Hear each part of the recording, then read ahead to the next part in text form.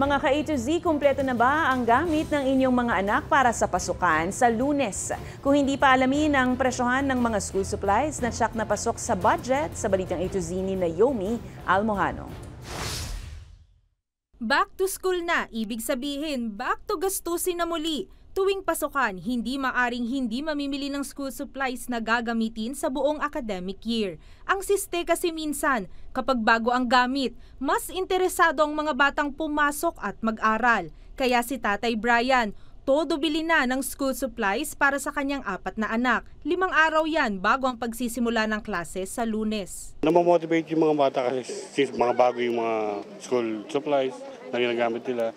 Masigurado sila since puro bago yung gagamitin nila. Sa Divisoria rin ang takbo niya para wais na magamit ang kanilang budget. Aniya, bultuhan kasi ang bilihan dito, kaya mas mura at nagagamit din ng pangmatagalan. Dito sa Divisoria, mas matitipid namin.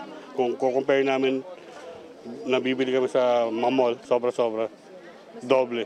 Ang unang yung mga notebooks, bags, tapos uniforms ng mga bata. Kadalasang binibili ngayon ng mga magulang ang notebook na naglalaro sa 15 hanggang 150 pesos, depende sa dami ng bibilhin. Mabenta rin ang mga makukulay na tumbler na nasa 120 pesos hanggang 300 pesos ang bentahan, depende rin yan sa laki at disenyo. Hindi rin mawawala syempre ang lapis, na 10 piso ang isang piraso, habang 100 pesos naman ang isang box na naglalaman ng 12 pirasong lapis. Naglalaro naman sa 35 hanggang 100 pesos ang presyo ng mga Crayola, depende sa dami at brand. Sa bag naman, kung backpack na pambata, maliit sa malaki, 250 to 480 pesos ito mabibili. Pero kung dihilang bag, papatak ito sa 850 pesos.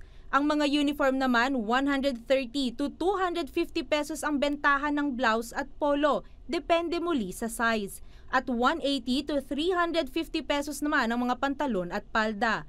Ang mga ito pasok pa sa price guide na inilabas ng Department of Trade and Industry.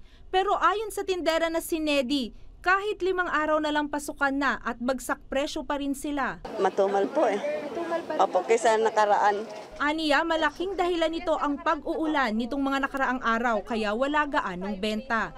Kaya ngayon darating na holiday, umaasang mga nagtitinda sa Divisoria na darami na ang mga mamimili at tataas pa ang kanilang kita. Sana po magkaroon kami ng maraming benta at saka makapaubos kami ng aming paninda. Inaasahan din nilang magla-last minute shopping ng marami, lalo pat malapit na ang Payday Friday. Para sa Balitang A to Z, Naomi Almojano.